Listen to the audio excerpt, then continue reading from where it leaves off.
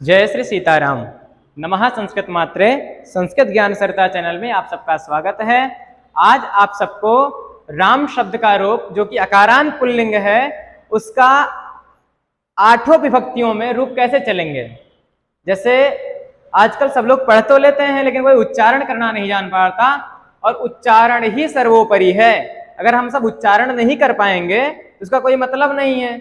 इसलिए हम लोग शुद्ध रूप से उच्चारण करना समझें, उच्चारण करना जाने और फिर अकारांत पुल्लिंग शब्द कैसे बनते हैं वो सब भी जाने। फिर हम आगे बढ़ते हैं। देखिए सबसे पहले आया अकारांत पुल्लिंग राम शब्द। अकारांत मतलब होता है अकार हो अंत में जिसके, उसे बोलते हैं अकारांत। अर्थात अ हो अंत में जिसके। तो राम में जो मां है, राम शब्द में जो मां है वह मां अकारांत है क्योंकि माहल है उसमें आ मिला हुआ है। तो मां आ बराबर मां बना है। तो राम शब्द अकारांत है। तो अकारांत पुल्लिंग शब्द चलते कैसे हैं, उनका रूप कैसे बनता है, उनका उच्चारण कैसे किया जाता है, यह सब आप लोग जाने। देखिए इसमें संस्कृत भाषा में, संस्कृत वांग में 3 वचन होते हैं और सर्वत्र हिंदी में, इंग्लिश में सभी जगह 2 वचन ही होते हैं। संस्कृत वांग्मय में 3 वचन होते हैं, एक वचन, द्विवचन और बहुवचन। ये इसमें 3 वचन होते हैं। तो आप सब जाने कि एक वचन, द्विवचन और बहुवचन होते हैं। तो एक वचन में ये शब्द आया, द्विवचन में ये शब्द आ गए और बहुवचन में ये शब्द आ गए। और विभक्ति इसमें 8 होती हैं। पहली है प्रथमा विभक्ति, फिर द्वितीया, तृतीया, चतुर्थी, पंचमी, षष्ठी, सप्तमी और संबोधन। अष्टमी विभक्ति नहीं बोलिएगा, संबोधन बोलना है हम लोगों को। अब संबोधन हम लोग प्रारंभ करते हैं। देखिए एक वचन में प्रथमा से संबोधन तक के शब्द हैं रामः, रामम, रामेण, रामाय, रामात अथवा रामाद, दोनों शब्द बनते हैं।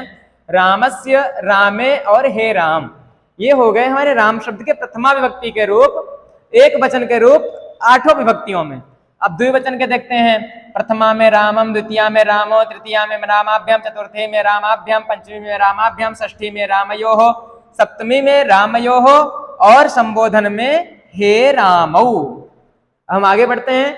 बहुवचन में प्रथमा विभक्ति में रामाः, द्वितीया में रामान, तृतीया में रामैः, चतुर्थी में रामेभ्यः, पंचमी में रामेभ्यः, षष्ठी में रामाणाम और सप्तमी में रामेषु और संबोधन में हे रामा।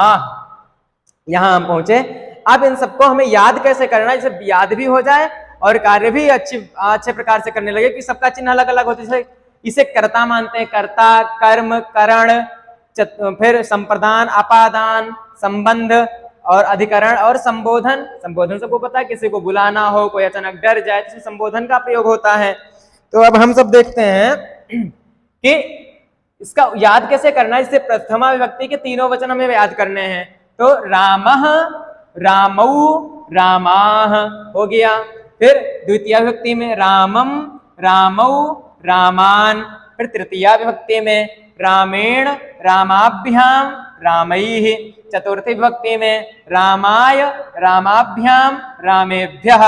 पंचमी विभक्ति में रामात और रामाद, ये दोनों रूप बनते हैं इसलिए मैंने ता और दा दोनों लिख दिया है। पंचमी विभक्ति में रामात, रामाभ्याम, रामेभ्यः। षष्ठी विभक्ति में रामस्य, रामयोः, रामाणाम।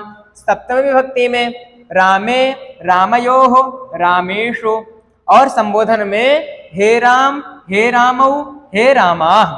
प्रक्रिया जितनी सरल तभी हो पाएगी, सरल उतनी हो तभी हो पाएगी जब हमें इसे याद कर लेंगे। अब याद जो कोई कर लेगा वो तो ये बोले चाहे ना बोले, उसका उच्चारण बढ़िया से होगा। रामः, रामौ, रामाः, रामम, रामौ, रामान, रामेण, रामाभ्याम, रामैः, रामाय, रामाभ्याम, रामेभ्यः, रामात, रामाभ्याम, रामेभ्यः, रामस्य, रामयोः, रामाणाम, रामे, रामयोः, रामेषु, हे राम, हे रामौ, हे रामाः। अब एक बार आप लोग भी पढ़िए।